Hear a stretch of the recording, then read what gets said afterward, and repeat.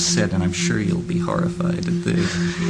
The mushrooms said to me in the Amazon when they were revealing all this information and deputizing us to do all these things, that we said, why us? Why should we be, you know, the ambassador of an alien species into human culture? And they said, because you have never believed anybody, because you have never given over your belief to anyone.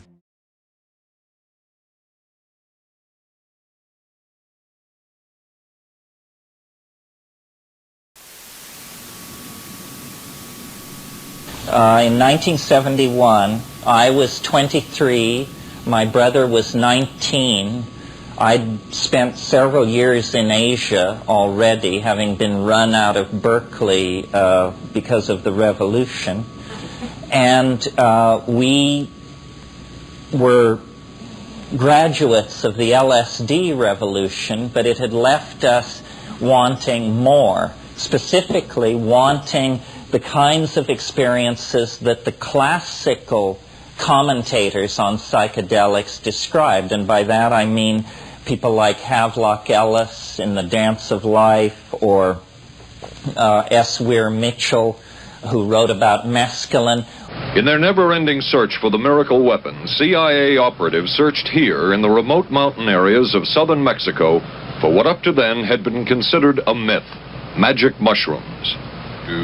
They used this man, a part-time chemist for the CIA, to dupe this man, a vice president of a bank and an amateur mycologist or mushroom expert, to try to get to the magic mushrooms and turn them into a drug.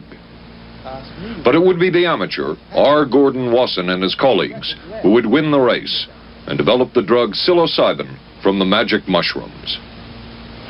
We went into the Mazatec area, far from the highways, remote from Mexico City. There we found that rotten bagasse, as it's called, bagasso, covered with mushrooms. These mushrooms I didn't know, had never seen. They were the sacred mushrooms. Wasson would also discover and record the ancient mystical rites of the mushrooms from a local shaman or magical priestess, Maria Sabina. And we were seeing incredible sights. They would go slowly or they would go fast as I ordained.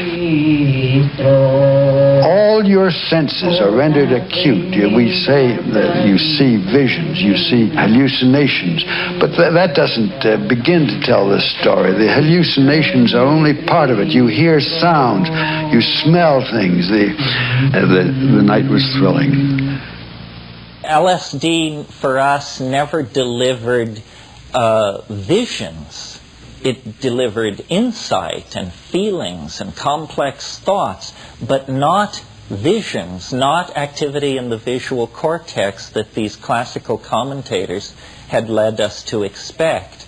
And I had been in India for a number of years and pretty well managed to convince myself that whatever spirituality had ever been there, it had evaporated thousands of years ago, and that what we were left with was a very grasping and mendacious priestly hierarchy that was about as cynical as religion gets.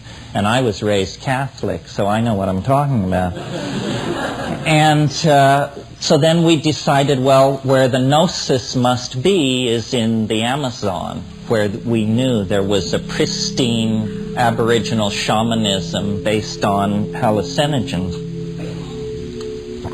And I stress our youth because I think people imagine that you can only make contributions if you're old and laden with degrees and that sort of thing. And basically our pure, reckless inventiveness carried us further into the heart of the mystery than I would ever have believed possible. And I should say a little bit about the method, because I think it's important. Rationalism in confrontation with the weird edges. is what's always worked for me. In other words, if you're a true believer, if you have some prepackaged philosophy, then you're going to miss a great deal because you're pre-programmed to ignore what doesn't fit into your model. And it doesn't matter what your model is. But if you are simply the open-minded skeptic/witness, and then if you push at the edges of the phenomenal world, go to the highest mountains, the oldest cities, the deepest deserts, the most remote jungles, and just simply put yourself in these circumstances, the cosmic giggle